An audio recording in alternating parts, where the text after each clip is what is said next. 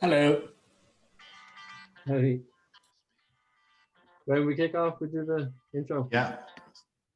No more happy. Please. So should we get started? Yeah, let's crack on.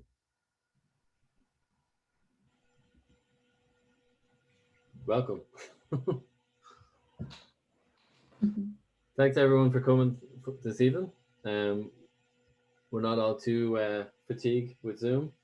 I know I am, but yeah, no. Huge thanks to Chris and Rachel for giving up their time to present to us this evening. Chris is dialed in from Bethlehem, just north of New York City, and Rachel is from the East End of London. So it's fantastic. I suppose one of the unique upsides, I suppose, to the pandemic is that we've gone online, but we're able to have people speak from all around the world. So that's great.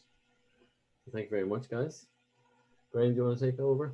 Yeah. So Paul and myself are hosting tonight's talk. It's Paul Finnegan and myself, Graham Vard. Anyone who's new to Feed, we essentially kind of try to get together every month or so. Sometimes it's two months. And we basically kind of ask two speakers to come along and speak on a topic for the evening. So over the last kind of couple of years, we've had a really broad variety of speakers coming along, from small agencies to illustrators to architects to designers, really mixed bag. And we've had a couple of really good ones this year, although all have been very much remote. We've had some really good speakers this year so far. The sponsors of the event are Vision Creative Studio and Billion Studio. We are, though, the naughty child of the Institute of Designers Ireland. So this is the Institute of Designers Ireland is an organisation for designers, funnily enough, and this is their website, and it's a really great way of kind of networking and kind of being involved in the design industry in Ireland. So I recommend everybody goes and signs up. Our social handles are so important to us for spreading the word and getting people to join these talks. Please feel free to take a photo of this and use them if at all possible. Our website is also this, which is IDI Feed. So generally the ticket sales and upcoming events are kind of posted on the website. So we've got two speakers tonight. We've got Christopher Nurko, who is based in the States. And we have Rachel Joy Price, who's a very acclaimed lettering artist based in London and Paris. I think she's in London tonight, though. So we're really, really delighted to have them with us. This is their social handles, their preferred social. So Chris is primarily on Twitter, and then Rachel is at Rachel Joy Lettering. So really two great accounts you should definitely follow. This is the kind of format of the evening. So we're going to start with Christopher, who is going to talk for about 20 minutes. And that's going to be followed by Rachel, who's going to talk for a similar about 20 minutes. That'll take us up to about 7:50 or 10 to 8. And then we will basically just have a 40-minute chat. So if you've got questions, feel free to chip in during the talks, after the talks, anytime you want. There's no rules for questions at all. So we're going to start with Chris. Chris is currently the Chief Innovation Officer at Interbrand Group and C-Space, based in New York City. Chris spent many years, like 20 years maybe, no, less, 15, in London before returning to the States to take up his current position. He's previously been the global chairman of FutureBrand, and also the CEO of Nitro, which became Sapient Nitro. So global agencies that deal with design of brands. His expertise is, he's got like 30 years expertise in pretty much every area of branding and design. So Chris is going to start off. I'm going to collapse my screen and Chris is going to take over. And hopefully this will work. Yes. Okay, hold on. Let me just go to full screen. How's that? Can you see that, Graham? Perfect. Great. Listen, thank you, everyone. Super cool to be here, and particularly to sharing the evening with Rachel, who's an amazing typographer. So if there's any transatlantic reverb, apologies, but my voice will catch up. So thanks again. I thought I'd share with you tonight, it's not a university lecture, it's stimulus, and it's really based upon kind of my reflections, both professionally, particularly since I'm an innovation officer, so I have to err on the side of positivity and optimism, and also to think about perhaps how to navigate the world at the moment, and maybe conversations and work that you might have that is really challenging the concept of ethics and aesthetics. And I'll share with you how I think that can help you. So we'll just get started.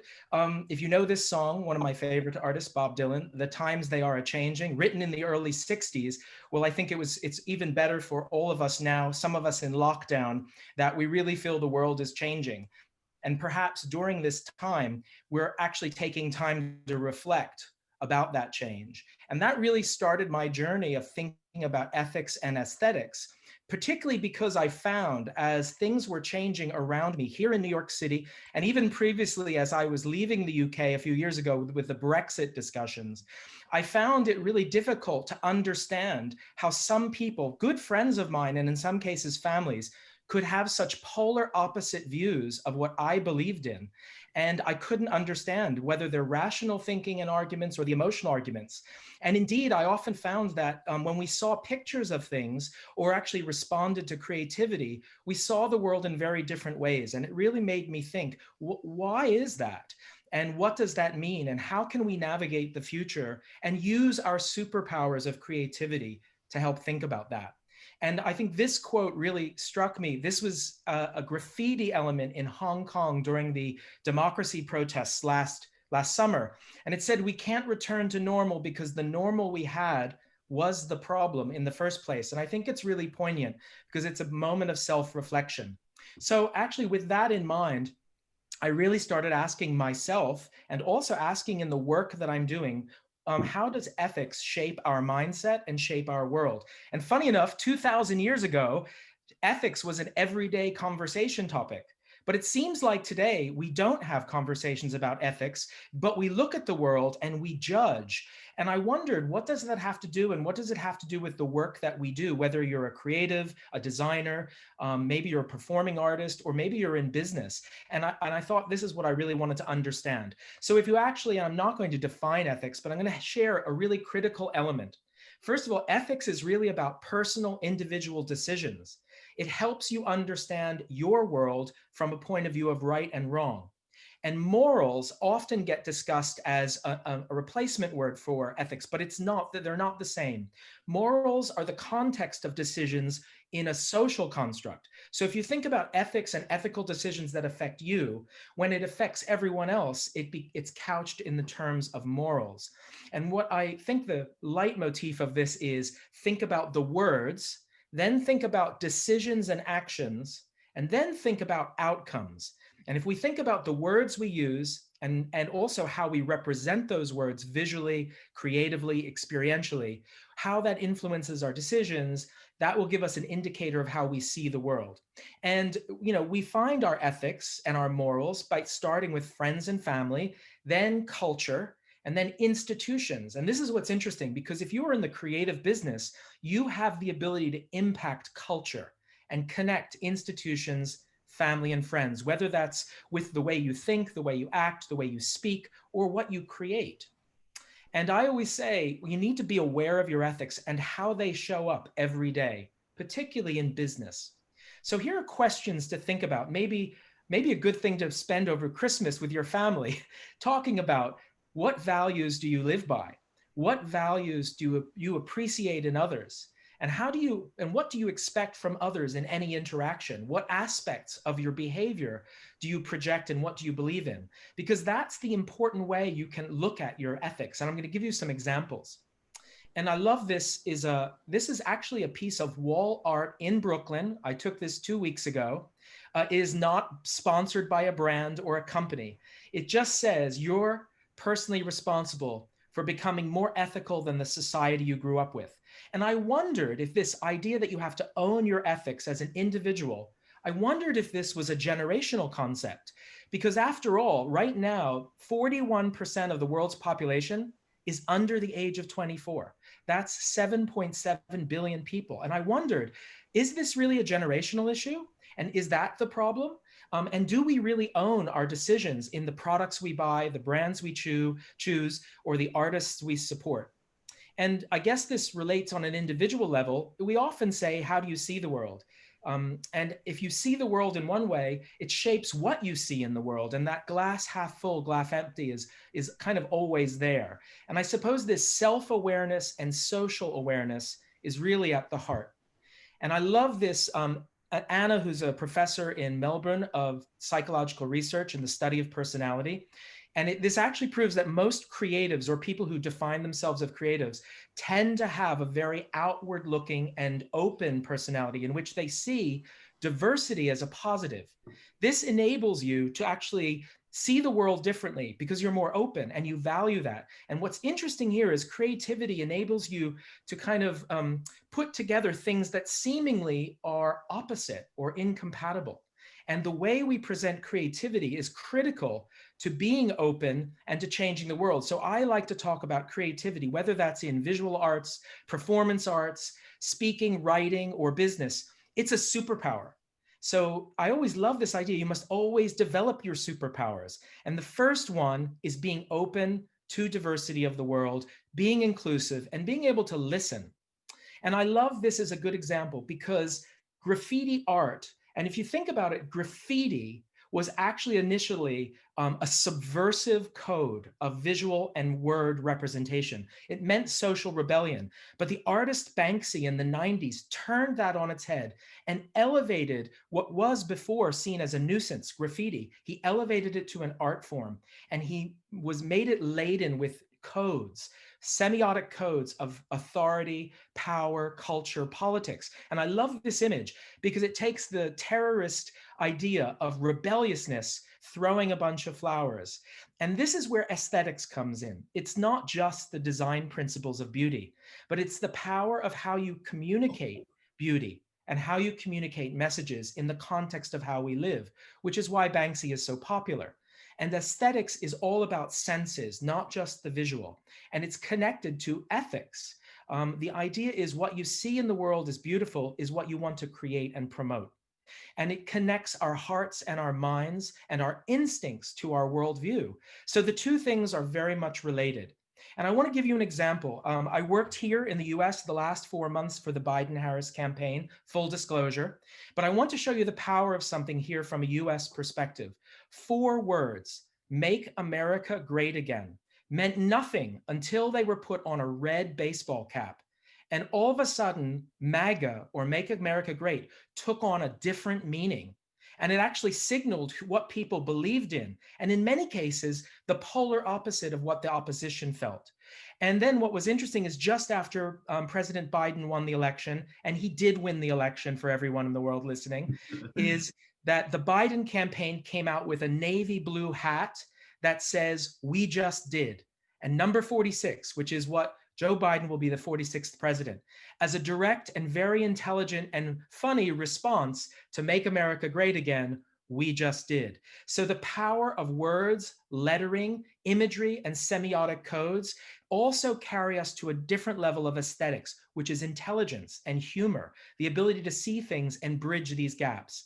And one of the things we cracked in the Biden-Harris campaign, we never actually promoted as much the candidate, but we promoted a philosophy. And here you see when the ethics and the aesthetics come together, promoting, yes, it was for Joe Biden, but it says truth over lies, unity over division, hope over fear, and science over fiction.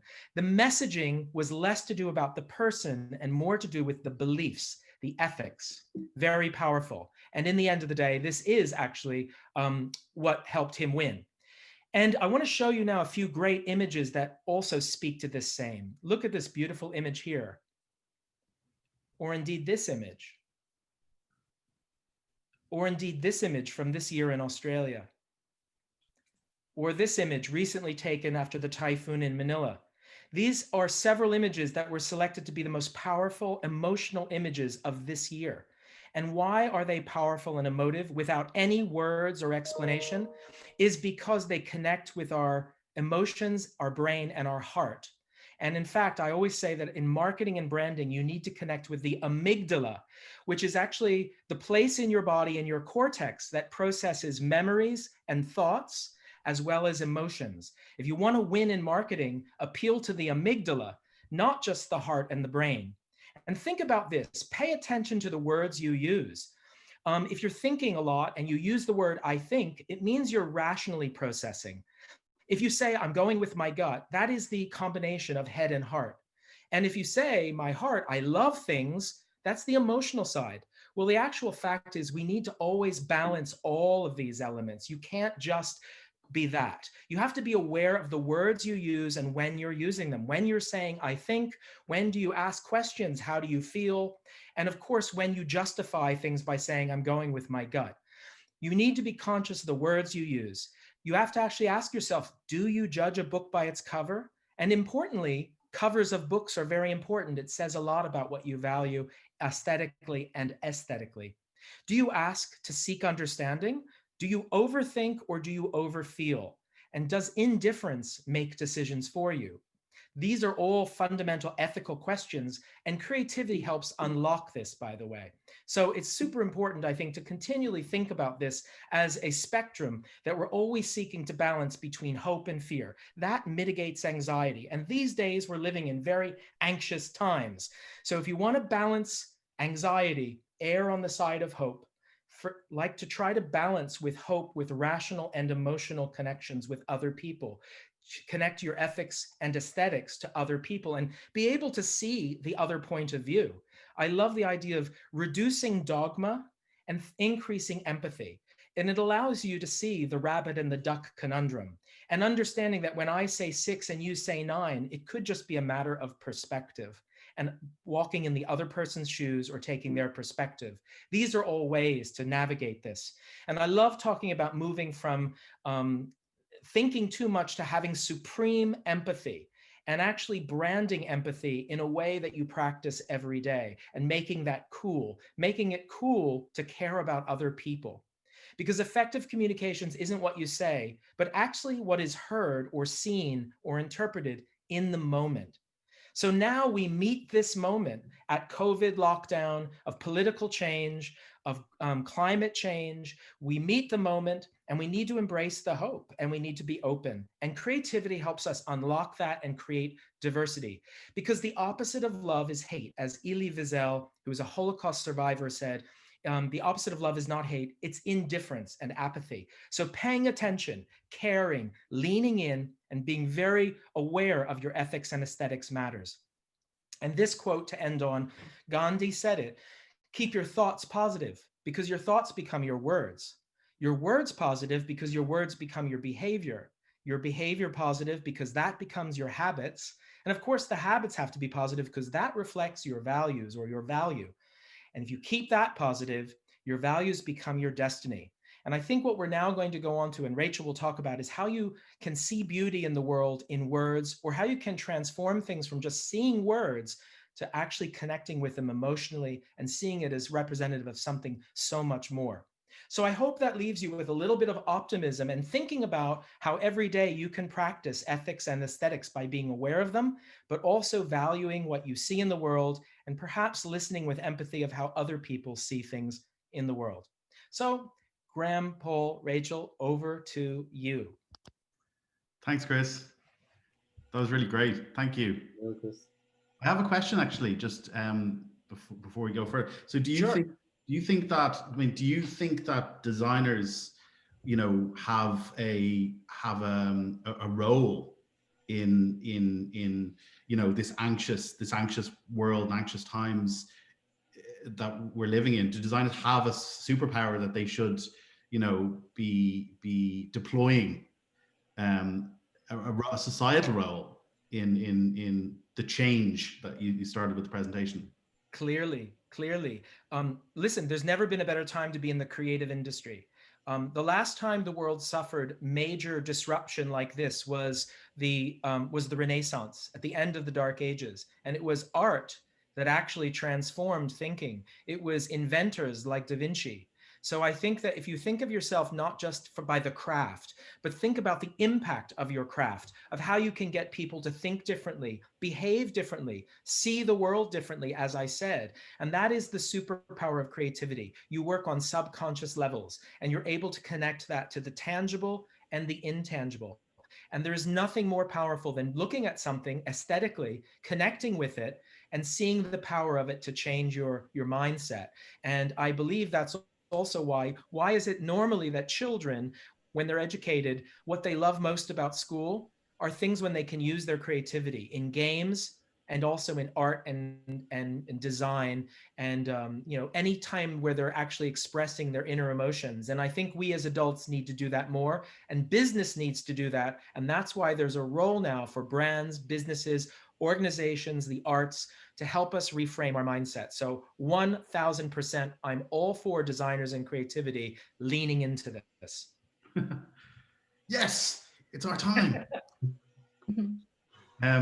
Okay. If there's any, maybe we should, if we hold any other questions, unless anyone has any questions, feel free, go for it. Yeah, if you want to raise your hand, then we can go to you. If not, we can give the floor to Rachel.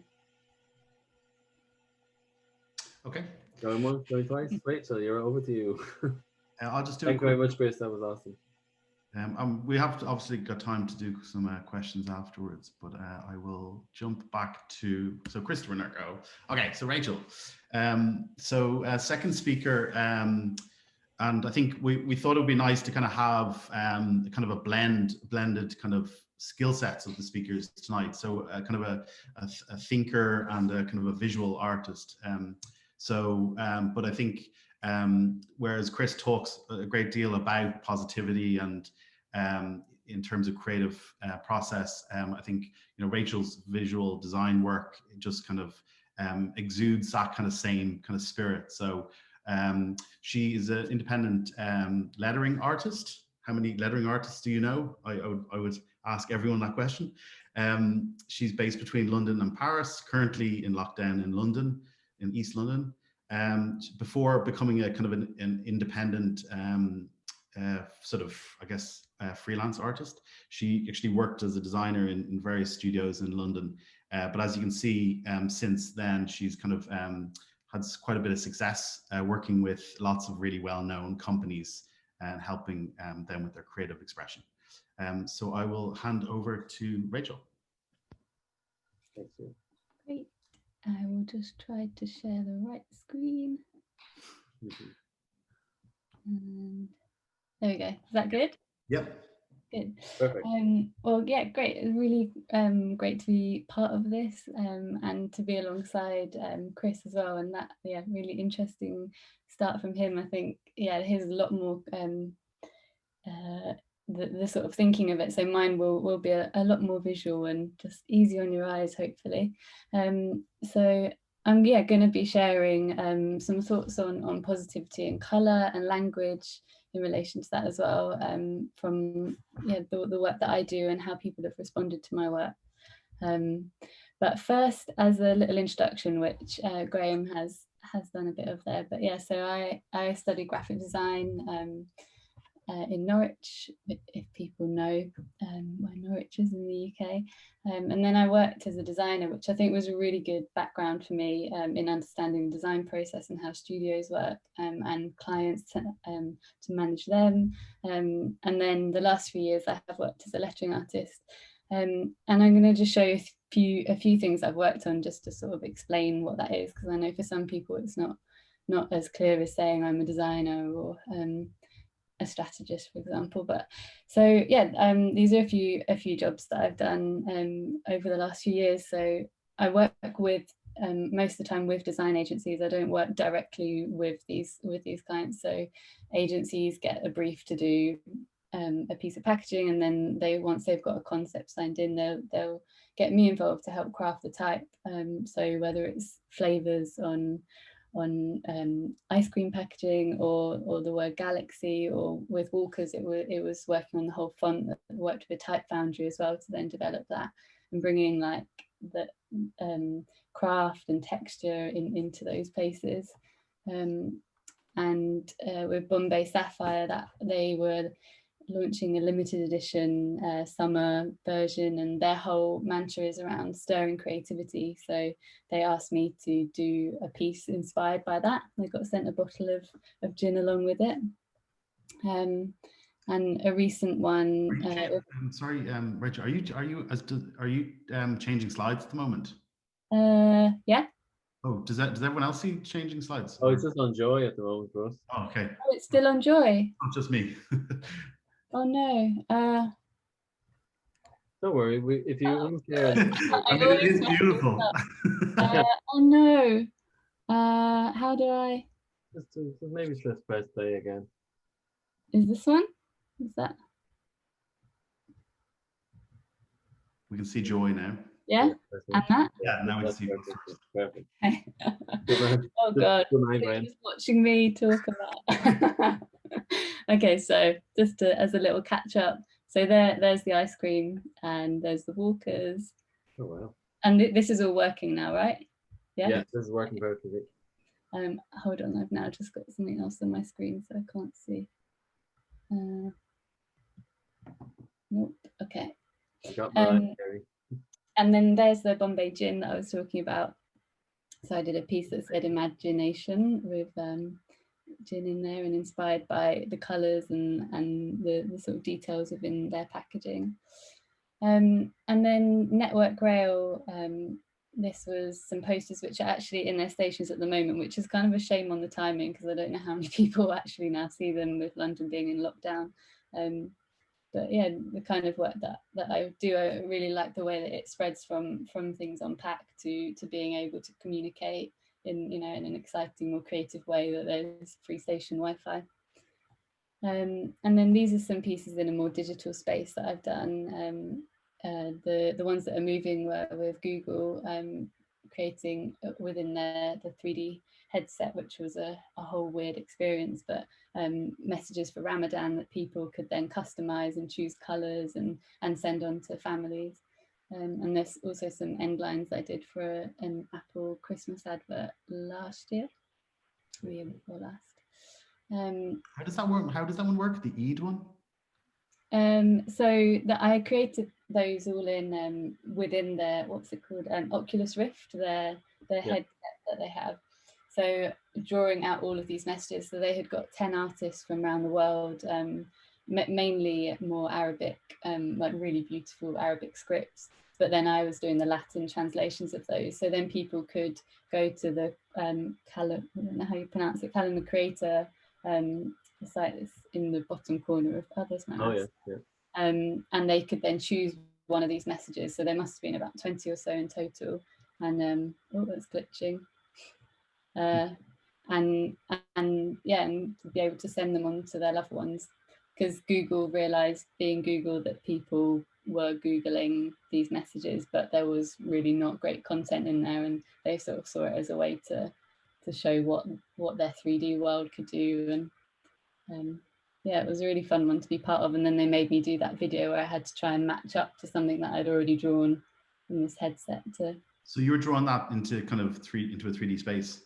Yeah, it was very surreal. Yeah, you could only go in it for about 5 minutes at the beginning, and you had to kind of adjust to it because it was quite. Could you see it? Could you see it as you're drawing it? Yeah, and you can like walk around and be in the middle of it, and then have it big or down small and step over it, or a very surreal experience. And then another thing I've worked on in the last year is a font which called Joy. And it was just a nice challenge of taking my 3D type normally in color and how creating that out of line work. Rachel, you may get to it, but how do you start off the process? Do you start like sketchbook, kind of pencil and paper kind of thing, and then bring it into Yeah, I mean, I'm a massive fan of the iPad Pro. If anyone's used them, it's such an amazing tool, and I do love pen and paper, and I'll show you some of the other stuff I do that is much more traditional. But I often now, with speeds of clients and that the pace of it all now, the iPad is such a great place to start, because you do have a pencil, and I do sketch, start with the same thing, but you've got it instantly in there to then start layering on top of to create a more digital version of stuff. But yeah, pen and paper, whether it's a digital pencil or a real one, that is, yeah, normally my starting point. And then we turn these into some playing card prints, which I really want to get made into actual playing cards, because it fits so much with the name of the font and the sort of way I work and the positivity and being quite playful. So yeah, maybe next year have a set of Joy playing cards. Is the Joy the Joker? Sorry? The Joy is the Joker, is it? Yeah. Yeah. No jokers, just Joy. Yeah, and then another big part of my work are the signs that I paint, which kind of, I guess, kickstarted the whole thing for me. I think it was 2015, I did a sign painting course with a guy called Nick Garrett, who's like an old London sign painter, over a weekend, and it just gave me this set of tools, a foundation, which I've just grown from. This was the first sign I painted after that, which was for my sister, modelling it there. And since then, most of my commissions come through Instagram, but I've got a little black book that I keep them in, and I've done nearly 200 signs over the last few years.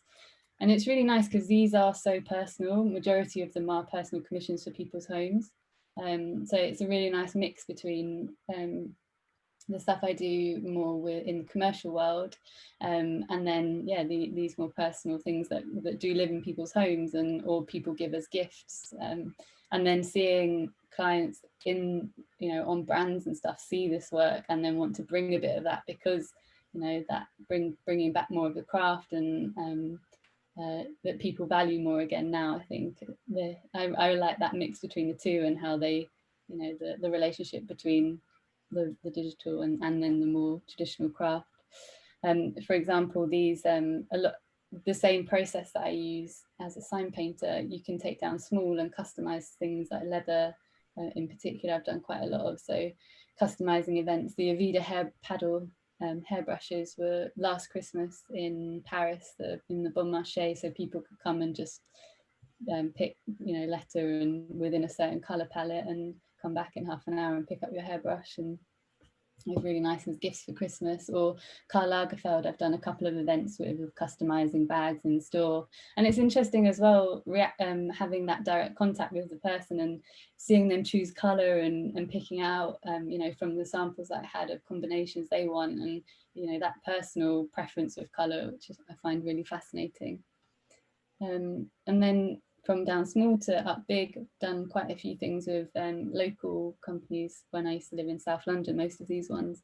So it's nice being able to work across that scale of different sizes. And then in the last year, I guess maybe a bit more than the year, starting to do even bigger pieces, which this one was in the Brand Opus studio in London. And this I definitely bit off more than I could chew, because it was 8 meters wide, about 4 meters high. And I was like, yeah, I can do that on my own, that's fine, and then it was a very epic week.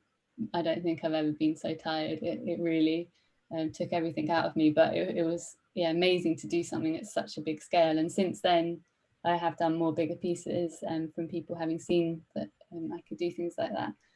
This is one I did just before the lockdown started in Elmwood studio.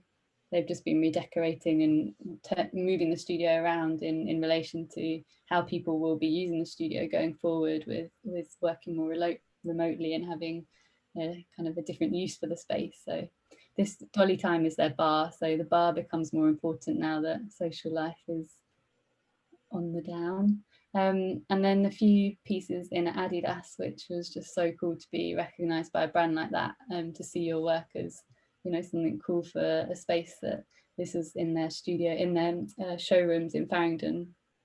And I did a couple of pieces around there, and then a Reebok piece as well.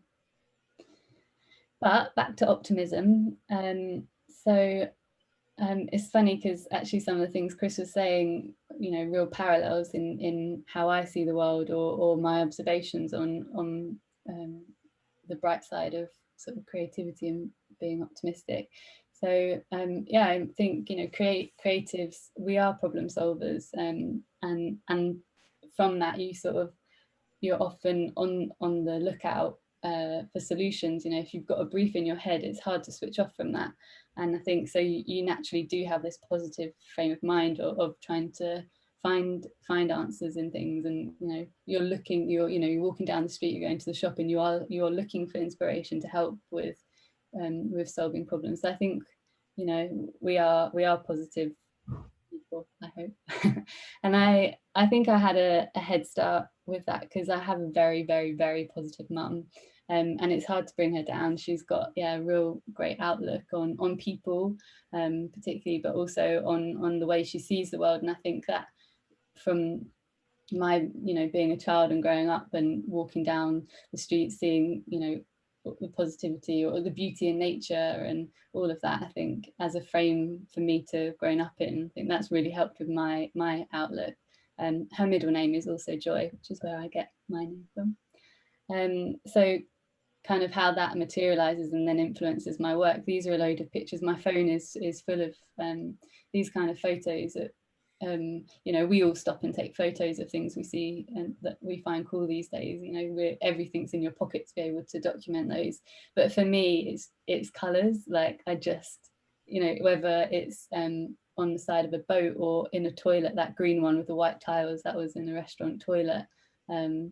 Or, you know, that wine bottle, I don't really remember what the wine tastes like, but the neon of the lady's dress on the blue, just like that combination to me is just so interesting. And I think often it's not necessarily looking at art or graphic design like that, but more just how colors just fall against each other. You know, people choosing to have some cute bright pink doors on and baby pink doors on a blue canal boat, just like those kind of decisions, I think, can be really inspiring. There's a few more of them. What was the barrier? How were you inspired by the barrier? The bright yellow. The chat's covering that section of my screen. I didn't see that was there. That was when I was waiting to paint a piece, which I'll show you at the end actually. And I just was kind of hanging around waiting to be ready to start. And I just saw that. And I think it was the feet as well that felt quite cute about that sign. Like, didn't feel like it was really doing any barriering. It was more just walking along, being sweet.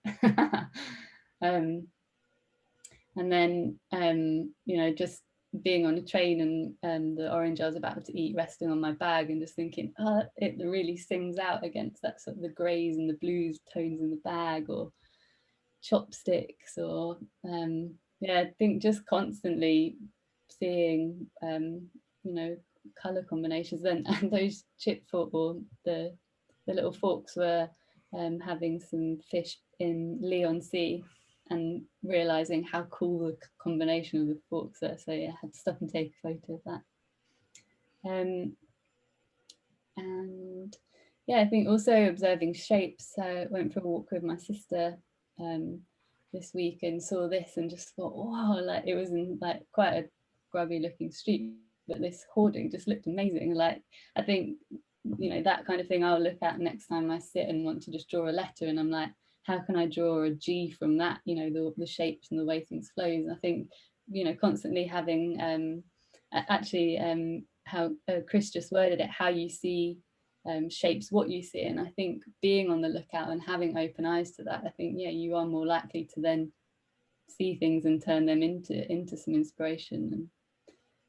And a friend of mine is a ceramicist, and I find it interesting the way she photographs her work and how the shadows fall and the casting light across different shapes. And I would look at that and think, oh, I can do that with a letter O or the round in a C. And I think, yeah, constantly being on the lookout for things that can inspire your creativity in those ways.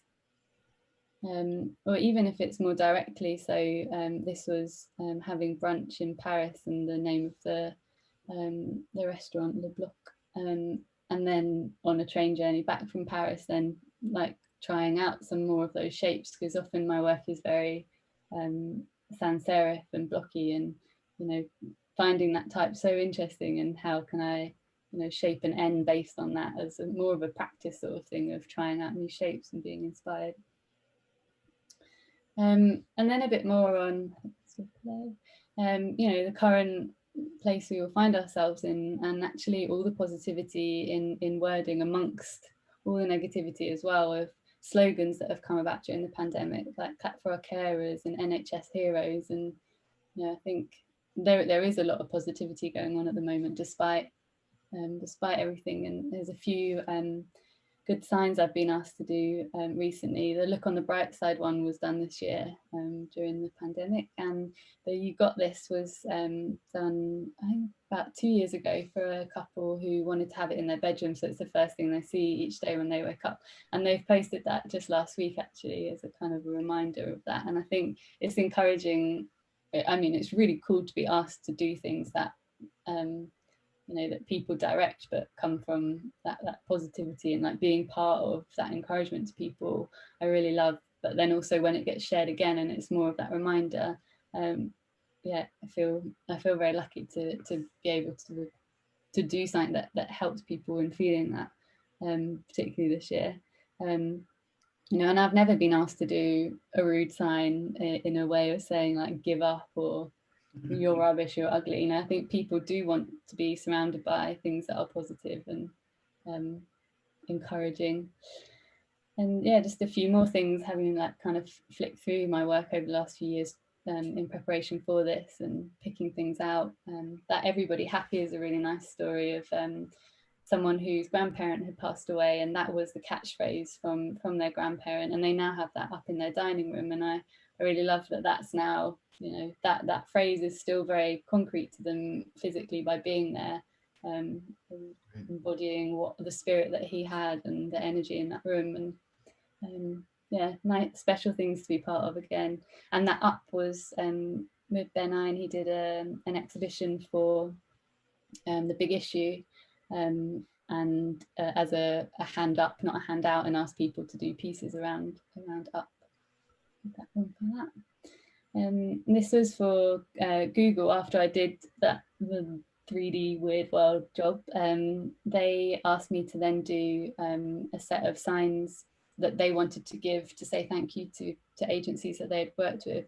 And that blew my mind, that a company like Google valued the handcraftedness of a thank you sign like that. It took me by surprise, but really great job to have worked on, and just nice to paint loads of variations of nice thankful words. So these are they all hand painted or are they printed? No, they're all hand painted. Yeah. Wow. Sorry?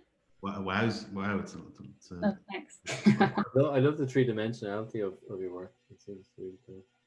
And this is a really interesting one when I was thinking about this subject in language as well. So Camp VC London are a group of female bikers, and they do this festival in Wales, and they asked me to do a helmet to auction off to help cover some of the funds for the festival.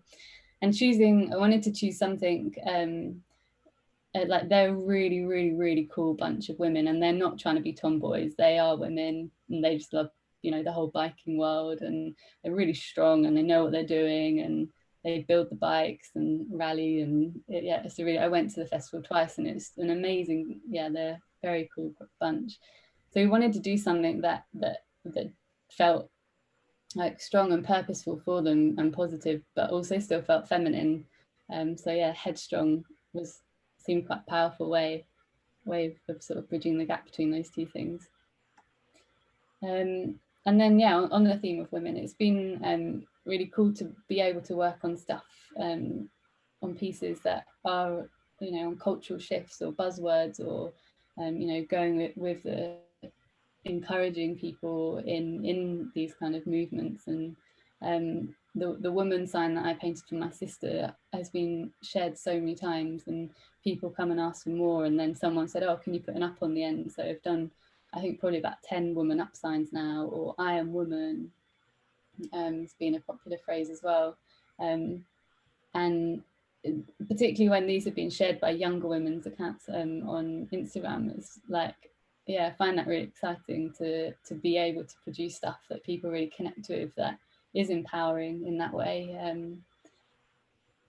And that links onto a collective called Femtype, which was started by Amber Weaver, who just wanted to try and get more awareness of how many amazing talented women that there are doing lettering. So she's put together this book, and there's sort of I think there's going to be another issue of it, because she's just, yeah, she's a powerhouse doing loads of cool events and stuff, and just celebrating type designers who identify as being women. And this, isn't any kind of formal experiment, but I remembered about a year ago having done these 3 signs, sort of a break in between some client work and wanting to try out some more circusy type, and I had this gold paint and I hadn't done a gold sign yet, so I thought, oh, I'll try doing some gold background. And then I put them for sale on my Instagram, and the yes one sold instantly, with more people asking for it, whereas the no took quite a few days to sell. And I just think that's an interesting observation on yeah, just the simplicity of those 2 words and the engagement. And obviously that's, you know, there are other variables in that, and the kind of people who do follow my work, you know, there might be other people who'd much rather not have a yes sign, but I think, yeah, that the kind of, maybe they bought it and turned it upside down and it was on. maybe. But with that in mind, I do think there is fun to be had with negative words, or words that you know, not as sweet normally, and being able to make them sweet through color and shape, and, you know, soft shapes to them. Yeah, more undesirable words looking more humorous. And this one's actually got a good story to go with it. I was on the train down to my uncle and aunt for a weekend, and I was trying to airdrop this from my iPad to my phone, so I could then post it on Instagram, and accidentally, as I was airdropping, I thought I was about to press on my phone and sent it to a stranger on the train, who then tried to reply, and I got so scared he was going to figure out who it was. So at the next stop, I subtly looked like I was getting off the train and changed carriage before because he tried to then send an image in reply, and it was, yeah, it's like, oh no, what have I done? Yeah. Be careful with airdropping. And then, yeah, I think there's more. I would love to do some more of these kind of things where you're taking words that, you know, like the word phlegm, which I hadn't realized was spelt like that. I always thought it would be with an F. But yeah, just taking words that are undesirable and giving them, you know, beautiful features in some way. Because, you know, something that's offensive to one person could be affectionate to someone else. And I think, yeah, kind of fun sort of a lot of phrases in Ireland that would be suitable for that. Oh, you have to tell me some. And a last one sort of on language. This was for an old flatmate of mine who just used to use this word all the time. You know, if she had a bad day, or if someone had annoyed her, they were eggy or she was eggy. And it just, you know, I guess you might associate it to a smell or something, but she just had such a way of using it. So I painted this for her for her birthday, and it got so much love on Instagram, because I think, yeah, maybe it's a trend at the moment that an eggy thing isn't what we would have thought it might have been a while ago, or like the use of the word maybe shifted, which I find interesting. And then, yeah, a word on colour. So much of my work, you know, colour is such a vital part of that. And I should read more into it and understand a bit more some of the science behind it. But, you know, it is obviously subjective. For some, yellow might be what brings them joy, and for some, it might be blue. And you know, the brand world particularly can be a minefield of choosing colours and association and research groups on what colour, but it is, you know, it is a very personal thing. This is some work by an artist called Paul Gerns, Danish artist, and he decorated the whole of this hospital in the 70s in Denmark, and it's still there today, and you can read more about it, but you know, the color is powerful, and the effect of that on your emotions, and you know, maybe on healing. And I mean, there must be a reason why it's still there now. You know, people have obviously enjoyed that space, and probably some people must have complained, but I think there is such a power in color, and yeah, I think I still feel quite early on having only been doing this for a few years, and at some point I would love to do more experimenting, you know, with color and how people react to it, because it does interest me. You know, this is a bit of a rough page, but sort of showing how when I send people options for signs I do, it always amazes me. You know, you always have to sometimes put in things you wouldn't necessarily choose when it's like personal, and people come back and pick something that I might not have gone for, but that's okay, you know. But it's cool that sparks joy to them, and that's different to what I would want on my wall or what I associate with. And this will probably bring you some joy as well. This is my niece, who I actually got sent this video yesterday or day before yesterday, and I thought it was very relevant to this because we're so connected to colour from early on, and it's so much part of an identity. You know, a kid's favourite colour is so important to them, and they know other people's favourite colours. So this is a purple. Purple. What's your favourite colour? Green. What? Yeah. What's Rachel's favourite colour? No, not yellow. It's not.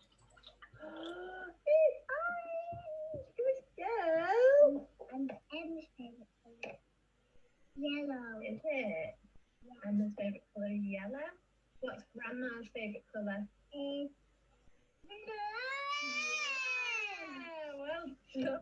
So yeah, sorry if that was too much, but I just thought it was such a lovely connection with colour and just the innocence, you know, of how children see the world and colour. I think it is a really nice positive thing. And then yeah, a last little story on colour. It's like, I guess I've continued to hold an identity in maybe being ginger. You do feel more associated to a colour. But I remember being on a placement in a studio, which I won't name, and got given one of those dreadful questionnaire things. I can't remember whether it was at the start or at the end of my placement. And on it had that 3 words to describe yourself. And I spent so long trying to think of 3 cool words to say or the right impression. And in the end, I went with always in colour. And I then bumped into someone from that agency a few years later in a pub, and I was in all black, you know, designers went all black. And yeah, got caught out from that. But yeah, I did argue that my hair colour does mean that I'm always in colour. And one last piece to end is like I just did well, I guess about a month or 2 ago now with Ben Ein, which was a real honour to be asked to do a piece of him. His work is all over and really cool, and again his colour use I really love. But yeah, we were doing this piece in Leighton in East London, and he chose the phrase particularly because of the current climate and that strength of being together. And it was just amazing to do a piece with someone like him, and it's the first bit of graffiti that I've done. He taught me how to use a spray can, which was an amazing experience. And particularly for how people interacted with it. The whole time I was worrying people would come up and question, you know, why are you doing that? Have you got permission? Blah, blah, blah. Which we did have. But no one did that. Everyone was just like, wow, oh, amazing, cool. What's it going to say? You know, how long are you going to be doing it for? And just that, and particularly kids, you know, when they came out of school and that time and coming up and being like, oh, I want to do this. And it just was amazing to experience people's reaction directly as you're doing a piece of art like that. And then, yeah, that's the end. Great. Sorry, I went on a bit longer. Thanks so much. It was amazing. Fantastic. Fantastic. I'm going to stop highlighting you. That won't stop. That will keep going. So. Great. So thanks so much. That was amazing. Oh my God. Like, I have so many questions lined up for both the amazing presentation. And yeah, I definitely see a lot of kind of overlap as well in terms of the themes, which is great. I think what we're going to just do for like 30 minutes, just takes up to 8:30, was just to open it up to conversation. So, you know, maybe we could take some questions from people, or are you ready for a question, Holly? Yeah, I'm totally prepped. Hey, Rachel, how's it going? Thanks so much. That was amazing. Are there any words that you won't paint because they make you cringe, like it's too twee or too sweet? Oh, that's so funny. I was with my sister this afternoon talking through this, and I had a page about, you know, this is too far, because for me, yeah, I think she told me to take it out, but I have to tell her that that was us. But yeah, I think I definitely think too much positivity is sickly, for me personally. But again, that's, you know, what people want to have up on their walls. But yeah, I think that, you know, look on the bright side and you got this is probably the upper limit. I think that, you know, I think when it gets, it's because it then gets a bit fake, I guess, if it's too twee. Yeah, I can't think of an expression now, but and also I wouldn't want to say it in case someone had it on their walls. Okay, cool. Thank you. Do you have a favorite letter, Rachel? Sorry, my question to Rachel is, I know you mentioned the letter G when you were talking about that kind of stripy plywood thing, but obviously when you're working on letters the whole time. This is, I guess maybe this is a bit twee, but I would probably say an R, because it's got a bit of curved, straight, diagonal. That's the. And you've been doing that your whole life. Yeah, and I know how to do that. Yeah. Or yeah, maybe G's are cool as well, because they've got that mix between, when you've got a word that's perfect, a letter like a S or a H or an O. I find them, you know, because they're much more, they have to be perfect and even more. Not as fun. great. Not as much room for maneuver in that one. Is Kim there? Kim's got a question. Hi, Graham. Yeah, I'm sorry I'm not on camera. I'm totally in the pajamas, so forgive me. That's allowed on this wet Wednesday night. So I loved both speakers. It was absolutely phenomenal. Thanks a million. Just a question for Chris. How do we communicate that creativity is a hard skill and not a soft skill to people outside the creative community? Good question. I think it starts from the perspective of defining what's hard and soft, and right, and the value you assign to that. And I think that what you're talking to is, excuse me, is that the education system, and I think you work in education, you have to actually assign value to things that from a point of view of objectivity. So for example, if you look at what Rachel's just shared with us, absolutely beautiful. But if you paid attention, and Rachel, when you were speaking, when you were doing those, not only those large scale elements, and also the one you did in the office, I think you said in Opus, that took 5 days. That was very detailed. The mathematics that were required, I would assume, to get scale, as well as thinking of all the preparation work, is the idea is the creative, and it's often underrated, but in the creative process, how you implement things is just as important. And often I think that's what gets overlooked, is that people think that the fluffy bit is the ideation, but actually real creativity is ideas plus implementation. And to do it with craft and to do it with, a pride. And interesting enough, creativity today is often reflected through design skills.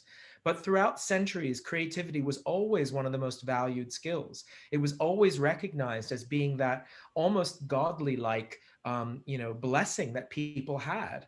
And it was only, I think, the manufacturing 20th century that tried to basically cookie cutter creativity out, believing it's a process. And I think what Rachel just spoke to is that, you know, we as humans are not cookies, we are not numbers, and we need to appreciate the individuality. And I think that that's one of the things that in the education process that we all go through, we need to encourage more of that, because creativity is really problem solving, as Rachel said. And then when you think about the idea and the implementation of it, you can also measure it by how many people are willing to pay for a yes sign or a no sign, or how many people, if you were to do a survey, would say 9 out of 10 cats prefer this. So there are ways to tangibly measure impact and outcome. And there's also a lot more skills than what people think. And I think that's down to the education. And the more that you do talks like this for a wider audience that can appreciate it, I think that's the way that we can become the evangelists for creativity. Brilliant. Thank you so much. Thanks for asking. I think there's another question there actually, which kind of leads on from that, from the Irish, or from the Institute of Designers, whomever that is. Oh, it's me, Charlotte. Hi. I've got 2 Zoom accounts, and I never know if I'm Charlotte or whether I'm IDI. Today I'm IDI, clearly, but I'm Charlotte as well. Thanks, both of you. I thought it was it was actually fascinating, because I'm sitting here in my home office, and I was kind of looking, like my eye was catching things around the room, and I found this. So that's one thing that ties in very nicely. That's David Shrigley, who's an artist I'm sure many of you know. I think what's really interesting about that is the fact that, you know, David Shrigley is the last person to be nice. So I think there's something really interesting in context and the way that you use language in context. And then that's the second one. It's a street artist called Kid Acne, who's from Sheffield, and it's Have a Word, which is all about the power of words. And I loved both of your presentations. I thought it was fantastic. Oh, and Vanessa Power behind me with her hugs on the wall. So there you go. There's the hugs. But that's not a question, that's just me. My question is, though, what it made me think about is, and I'd love you both to answer this, do you think you can teach positivity? And I think it's really interesting, Rachel, what you were saying about, you know, you get your positivity from your mom. She was very positive. I would say absolutely the same thing. You know, I've come from this sort of ridiculously enthusiastic family, and so I can't help but be enthusiastic about everything. Do you think you can teach it? Do you think you can turn an Eeyore into a Tigger? Good reference. Rachel, do you want to go first? I was just about to say the same. Sorry, I know it's a big one, but I'm thinking, how would my mum answer it? I mean, I think you can inspire in example of how, you know, it's hard as well, because it's opportunity is so much part of that, and what you're exposed to. But, you know, for me, I think, you know, going to museums, going and seeing stuff, and having that outlook of being an explorer and an adventurer, and having that is so important to being inspired, which I think is a big part of positivity. Yeah, it's a really hard one to answer, because I think there are so many factors that come into that, with, like I say, with opportunity and what you have access to, and financial access to as well, for sure. But I think, yeah, having someone who can keep your eyes open and teaching you how to, you know, yeah, to look at things in an interesting way, like we used to, I can't remember what we would use for it, but pass like round and say, oh, this could be a telephone. Oh no, it's not, it's a hat. Or, you know, constantly with whatever you've got, like being able to get kids to reinvent and rethink and look at something, you know, like that 6 and the 9, just seeing it even from another angle, and what does it look like from there. I think, yeah, I'll let Chris add to that. I mean, you're absolutely right, because inspiration, and particularly as it shows up with games and art and creativity, and that is what I was talking to, is, you know, ethics and aesthetics lean into a positive or better future. And I think that's important. It's always been part of the human condition to think about tomorrow, to make tomorrow better, right? For our children, our grandchildren, our friends, and our family. And indeed, I think that the challenge in education is to balance that with, perhaps even connecting with the previous question, which is, you know, we don't always value the intangible. And I think we don't value, and we put enough value on relationships. We are very transactional as a society. And if you see, that's what brands and organizations and companies have really tried to do. They've tried to not let you think or not encourage thinking.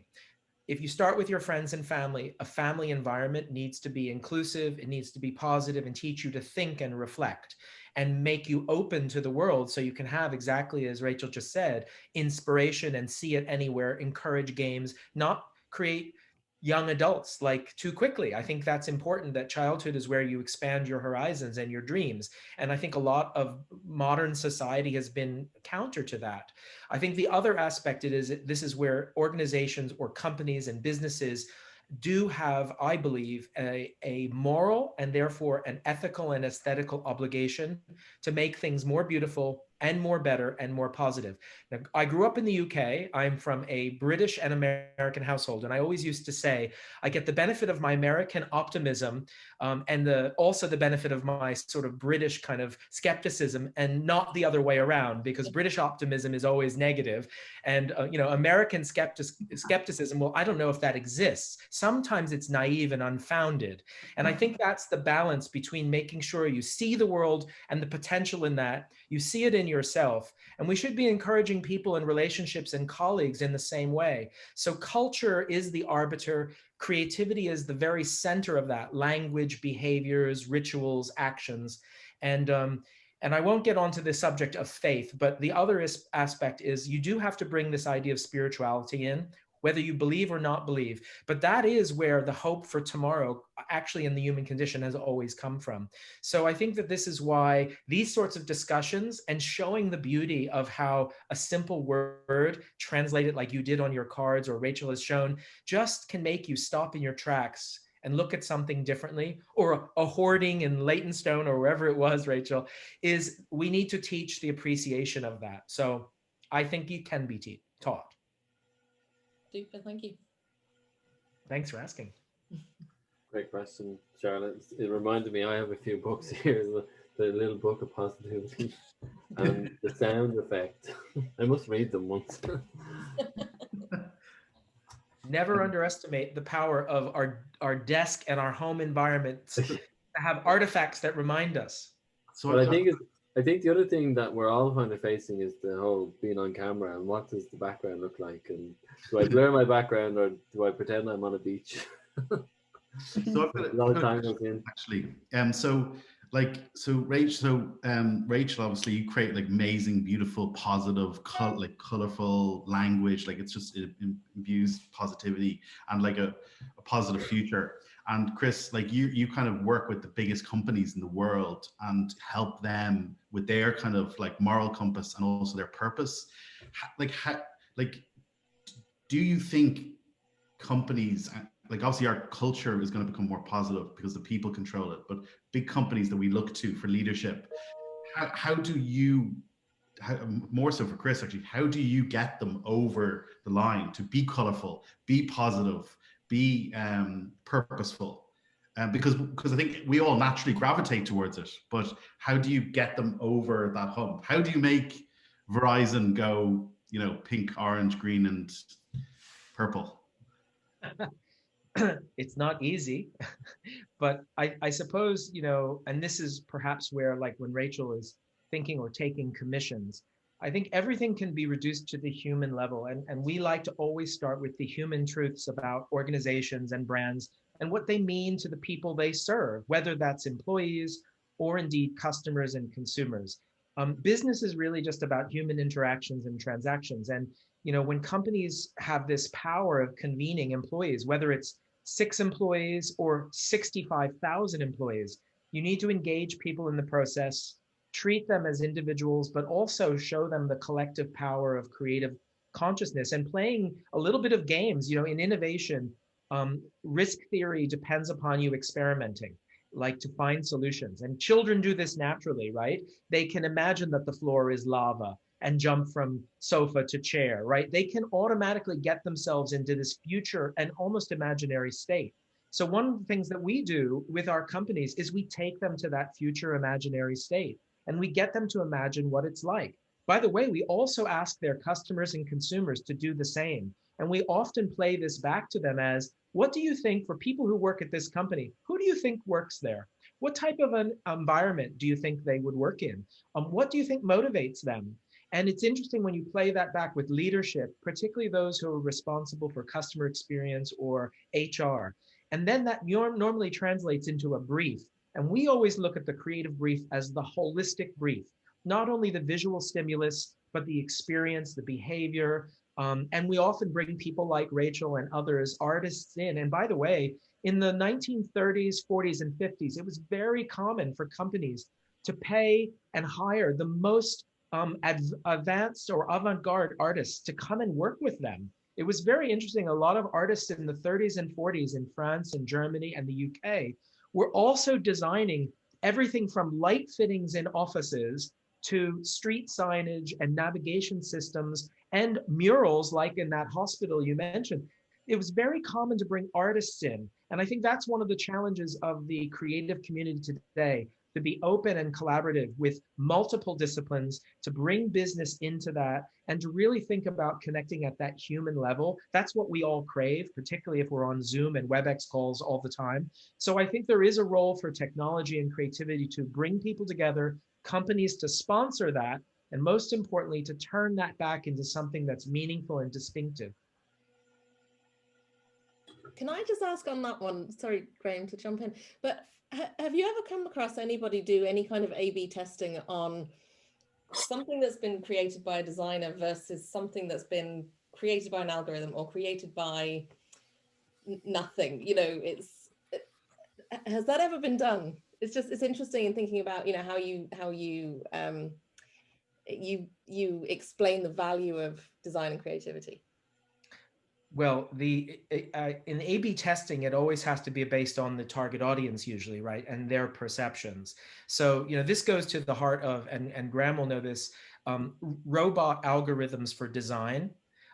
They often miss the nuance because that requires context of cultural understanding. Right. So on a pure, you know, an algorithm is only about choice and, you know, means testing. And I think that's good for validating and finding red flags or, you know, giving you a quantitative study, but I don't think it gives you the qualitative. And where I have seen that done, it often misses that softer side of understanding nuance.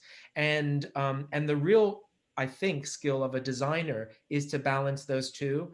And I don't believe that robots and algorithms are ever going to replace design per se, but I do believe that it will make things more efficient in generating concepts, for example, but then the application of it is all in the who's listening, who's watching, who's interpreting.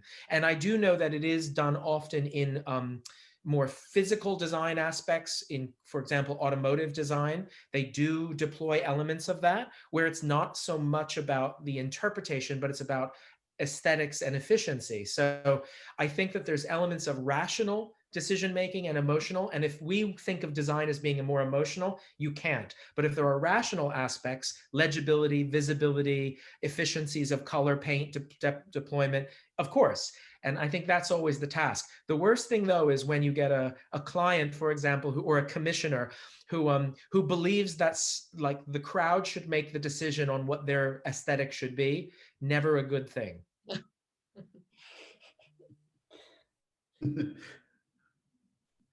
Any other questions from anybody? Can I ask something to Chris, actually? Hi, Chris. I really enjoyed your talk. How do you, like a lot of the times, the companies that have really big budgets who can afford large scale works are the ones that you might not ethically agree with. So how do you marry working artists making a living and maybe working for a massive tech company or anything like that, and you mightn't agree with them? Do you have any thoughts on this? Well, it's a good question. And one of the things that I think about all the time, and in my company, you have to always bring your ethics to your job. Always. I think there's no point. And there are certain industries that, for example, we do not work with. And I think you have to state those up front. And I always say that there's a trade-off, because if you think about compromising your ethics for a paycheck, and what that means.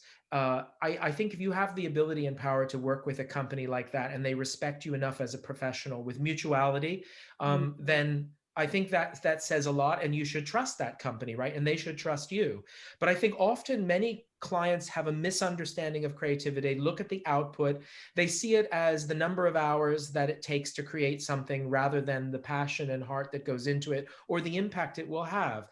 And certain categories, I think, have tried to use creativity to make some of their industries more palatable. And the cigarette industry is one that I think of a lot.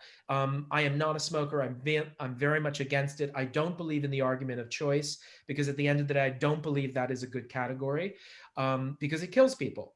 And therefore, I personally won't work on that account. Now, as a business, many times businesses don't have that luxury and they have to balance that out. I think it's recognizing that individuals have that choice to make. I think artists have a responsibility to be more ethical than perhaps others. And I think that's also one of the things about the creative community needs to also be an advocate for fair treatment and responsible treatment of artists who should be paid what their value of their worth, and also should be protected. There's, I think, ethical issues about copyright and reproduction, and giving credit to that, whether you're a performance artist, a visual artist, a musical artist. And I think this is one of the things in branding that more artists, and I'm sure that Rachel will look at this, is protecting her work and making sure that it's unique and protected as IP that's hers. And I think there's a huge progress to this, but there are a lot of unethical companies who seek to take advantage of that. And I think they should be called out. I'm not saying named and shamed, but I do think that that's the reason why you should, as organizations band together, we should hold those organizations accountable for standards and ethics, and not work with them, or indeed not give them any business. Okay, thanks. Thanks for asking. Good question, particularly for creatives. I've actually got a follow-on question from that off it, actually, because it's like, I think Rachel said earlier that, you know, people like to be surrounded with things that are encouraging, but like, when and a question for both of you, when does the time come when designers gotta get nasty and edgy to make a difference, rather than being, you know, positive all the time? Rachel? I don't even know how to answer that. I mean, I would say some brands do already go with a more brutal approach. And I think, you know, it's all, what I do isn't right for every brand and at every moment. And I think, you know, there's times where people don't communicate with color and type, and it's more illustration that brings emotion, or photography that communicates the message at the moment. I mean, yeah, I don't think straightforward positivity is always the answer, but I do think, you know, kindness is more powerful. And so does that answer it? I mean, edgy, what do you say when you say edgy? I mean, what do you mean? Because edgy can be subversive. It can be, I think, as long as it's not offensive. And I think there has to be an ethical line of what's offensive versus what makes you think. And I think edgy should be making people stop and think and reflect. I don't think it should be controversial for the sake of being controversial, offensive for the sake of being offensive. And I think it should be mindful that you have an obligation as an artist when you put something out in the world to be accountable for it. So I don't think it should ever be anonymous. The power comes from knowing who Rachel is and the work that she does and what she believes in and how she contributes to that, right? And I think that some artists that hide behind, you know, graphics that are edgy out there, but they're not doing it for a reason other than to be edgy, to be talked about. And I suppose that's one of the challenges in a free democracy, because if you go to China, it's a very different perspective of what's edgy. And you look at what's happened in Hong Kong. And I think that from rebelliousness and from ethical conversations, great art can come out of that. And it might not be offensive, but it can stop and make you think. And I always think of the one man in front of the tank in Tiananmen Square. That action was edgy, and we do not know what happened to that man. That image has been reproduced in so many different ways. And for some people that's in China, that's a very controversial image, very edgy. You cannot even reference that. You can't reference an image of Winnie the Pooh in China at all, because that is a code for President Xi. That's his nickname. So edgy of Winnie the Pooh, and you know that there were people who were traveling to China with a Winnie the Pooh backpack were stopped and asked, particularly Chinese. So I think that there's a duty of care to sometimes subvert things and show, you know, that the power of the simplicity of words and imagery is enough to be edgy without having to be offensive, if that's what you meant by edgy. Mm. Yeah, thank you. I've got a question. Hey, man. Hey. How's it going? I just, I mean, I obviously work in kind of the branding, marketing world. And I think something that always I battle with in my own head, which is kind of how do we balance purpose with a commercial kind of nous? And I think it's a combination of both, of having brands. And I'd love to understand from your point of view, Chris, which brands you think are doing it well. And obviously there's a reason that brands with a real kind of understanding and have an opinion in this world of why they're doing so well. But I struggle when a brand turns around and says, right, we need to instill purpose, or we need to have a kind of a wider CSR thing that, you know, resonates with consumers. How would you go about that with the likes of kind of ethics and creative, but also partnering that with key business kind of targets? Well, Andy Warhol said that being good at business is the greatest form of art, because business is an art form of listening and empathy and understanding, and then making things, right, and delivering things. So I think that there's something to be said that purpose is not something that lives over here and that gets appended, just like creativity is not something you can push a button on and all of a sudden have the most creative product or solution. And I believe at the heart of the question is, and I don't want to go into specifics of companies that are doing it well, but I can tell you, you know when a company is doing it well, when it's heartfelt, when it actually inspires people to think about that brand or company in a way that transcends what they make, or to actually understand what they make in the context of offering something bigger. And, you know, there's lots of companies that do this. I think of Patagonia as one that everyone always refers to, or indeed Ben and Jerry's, or indeed, you know, a lot of companies that perhaps, Rachel, you may have worked with some, when you can see that the truth and the honesty of the brand and the organization and the people that work there are all connected. And I often think that the profit motive, and this is important, profit is no longer just, I think, about the money that falls to the bottom line. I think that COVID has taught us this, that the brands that have succeeded are those that have recognized the important human dimension.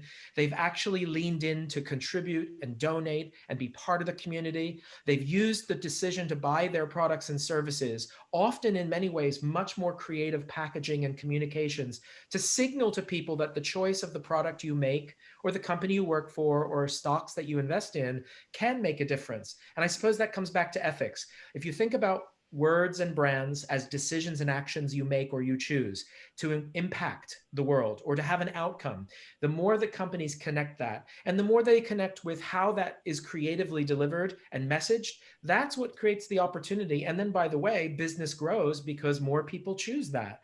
And I think holding companies accountable for not only their ethics, but holding them accountable for their aesthetics. Companies should not be creating ugly crap in this world. They need to pay attention to everything, whether it's the products, their businesses, their service, their websites. And that is why designers should be rallying behind both concepts, to me. And that's when you bring purpose to life. At least that's my opinion. And hopefully that gave you a little insight. Great, thank you very much. Maybe Rachel wants to comment on that with brands she's come across, or a story where they've challenged you. Yeah, I mean, yeah, there have been a few moments where for sure there's not the credit or worked on something and it gets to the point where I would like to share it and there's quite a firm no on that, and sometimes ironically because of the fact that they've used someone for the craft, and you know, but yeah, they then don't want to allow that person to own that craft in that way. And but then as well, I think, you know, brands where, and I think designers do have such a role not ripping off illustrators. You know, it's so easy now to, if you saw something you like, to trace over, you know, a letter or the shape of a bear that an illustrator's done or something, and lift that. And I think designers have you know, have a moral obligation, if that's the right phrase, to make sure that if they are referencing an artist or an illustrator, they then go to that person to get them to then do it, you know, rather than just ripping it off. But then I've just done some coffee packaging that's just come out for tailors, and they've like the value that they've I do believe they're a good company in the sense that they've put their money where their mouth is. I guess that's a relevant phrase for it. In that they want it to be this crafted thing that reflects the craft in their product, and they've paid right down. The designers, you know, started crafting some 3D type, but then they were like, no, this has to be painted. So then I painted all this stuff up big that then got photographed to then be on the pack. And that's a very long way. They didn't have to do that. They could have cut corners, but they didn't. And they really, you know, I think, yeah. So I've seen like bits on both sides of it on a much smaller scale, but yeah. I think there's also a kind of a much bigger reason why brands are collaborating with creatives in general, whether it be artists, whether it be kind of, you know, people like yourself, Rachel, you know, because there is a cultural movement and a cultural kind of understanding of where that artist and where that skill set or creative lies, and that's why the brand wants to tap into that. And I think, you know, it can, those two things come together is actually a beautiful thing, right? And then sometimes having two opposites of the spectrum, whether it's someone who is definitely more street art driven, partnered with a Louis Vuitton piece, you know, those two worlds now colliding has now created its own cultural movement in its own right. So it's and then it's win-win. It's win-win as well for the brand, for that artist. Yeah, absolutely. I was asked recently to do some stuff for a bottled water, and I questioned whether it was plastic or what and when they were like, yeah, it's plastic, I was like, oh, this is really tough because it would be really cool, but I just was like, that's the first time I've really turned down work, and I was just like, I don't think I can justify at the moment doing stuff to promote more sales of plastic bottles. Like, yeah, I think good for you. It's hard to. So would you feel comfortable like researching and questioning some of these things when you get an approach from somebody? Because that takes a lot of confidence from a young creative.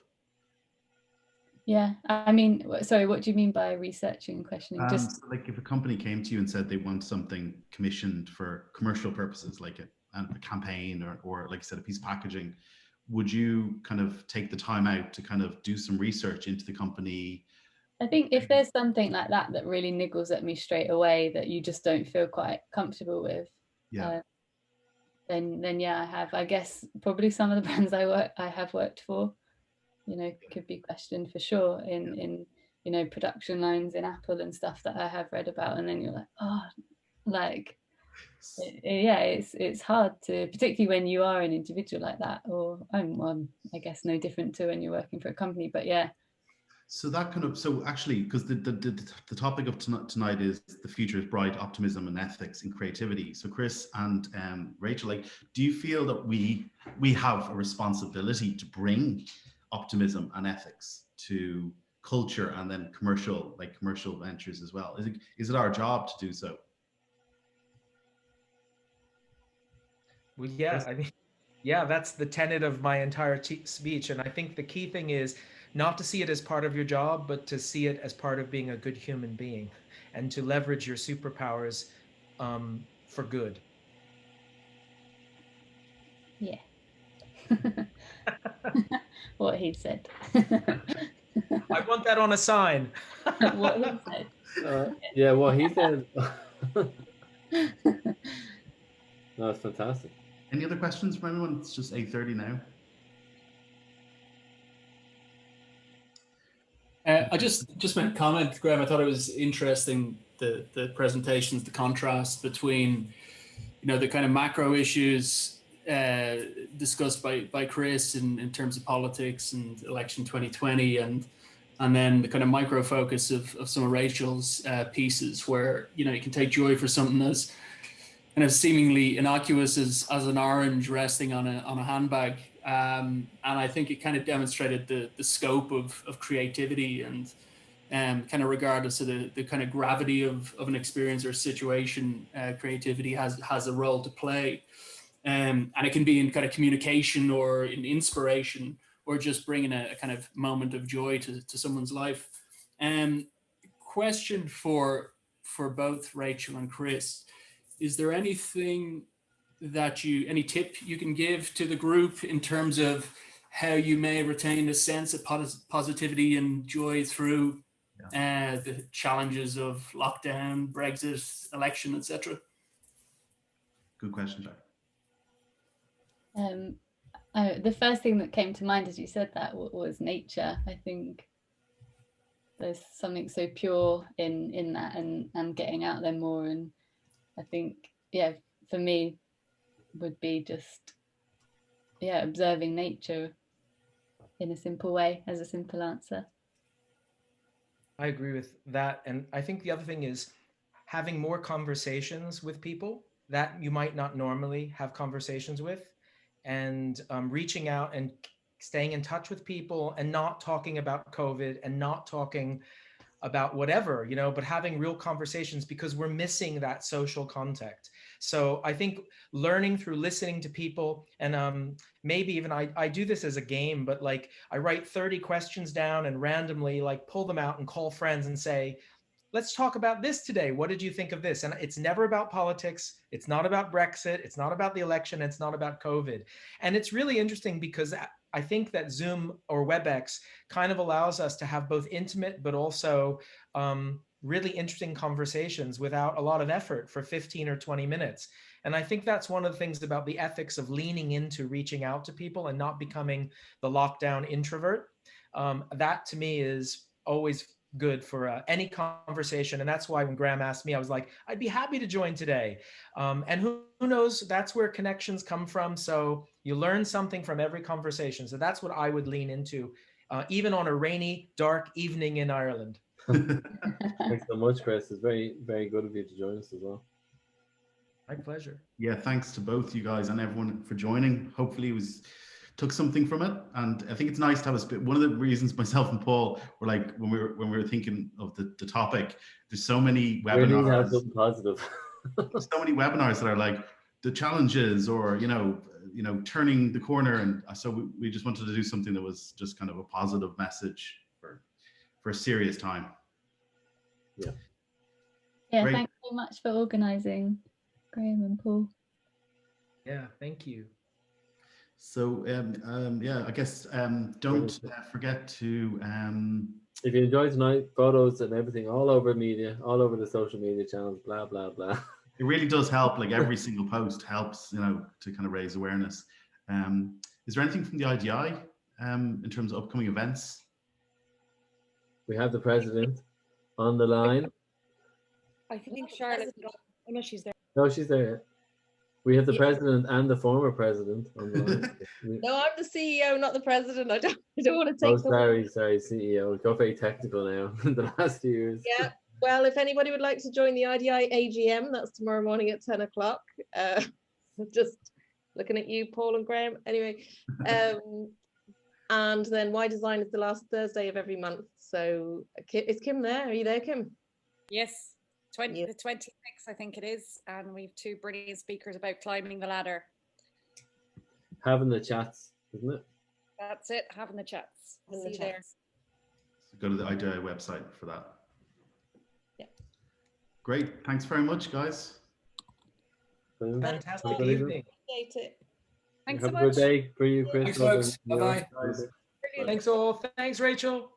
Thanks. Bye. See you later. Thanks very much, everyone. That was so enjoyable. Thank you. Cheers, Richard. All the best. Hey, Richard. Bye-bye.